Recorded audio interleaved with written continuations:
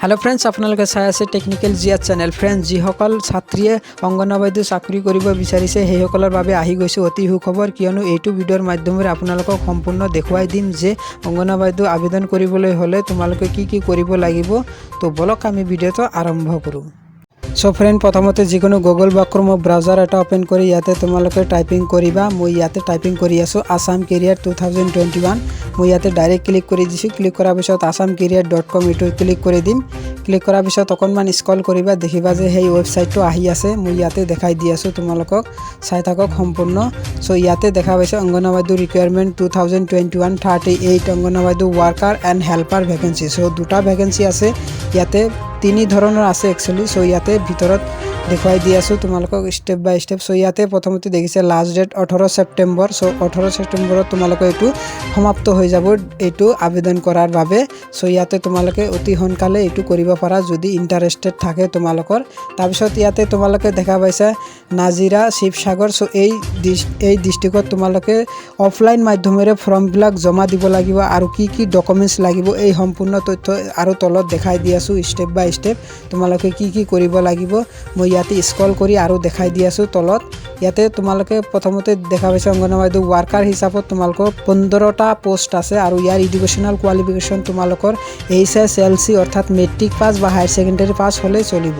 তাৰপিছত দ্বিতীয় নাম্বাৰটো তোমালোকে চাইছে অংগনবাড়ী হেল্পাৰ হিচাপত 23টা পদ আছে অৰ্থাৎ 23টা পোষ্ট খালি আছে। ইয়াতে তোমালোকৰ মেট্ৰিক পাস নাইবা ক্লাস 9 পাস হলেও তোমালোকে এইটো এপ্লাই কৰিব পাৰিবা। একেবাৰে এইটো সহজ। সো তোমালোকে এইটো ডকুমেন্টসবিলাক চাই লবা আৰু ইয়াতে তোমালোকৰ দৰমহা দিয়া হ'ব। অংগনবাড়ী ওয়াৰ্কাৰ হিচাপত তোমালোকৰ দৰমহাটো দিয়া হ'ব 6500 টকা পাৰ মান্থ। তাৰপিছত মিনি অংগনবাড়ী ওয়াৰ্কাৰ হিচাপত 4750 টকাকে দিব। তাৰপিছত অংগনবাড়ী হেল্পাৰ হিচাপত 3250 টকাকে দিয়া হ'ব তোমালোকক। তাৰপিছত ইয়াতে তোমালোকে এজ লিমিট অৰ্থাৎ তোমালোকৰ বয়সৰ সীমা 18 বয়সৰ পৰা 44 বছৰৰ ভিতৰত হ'ব লাগিব, তেতিয়াহে সেইসকলে কৰিব পাৰিব, আদাৰৱাইজ নোৱাৰিব। সো ইয়াতে তোমালোকে এজটো ভালদৰে মিলাই চাবা।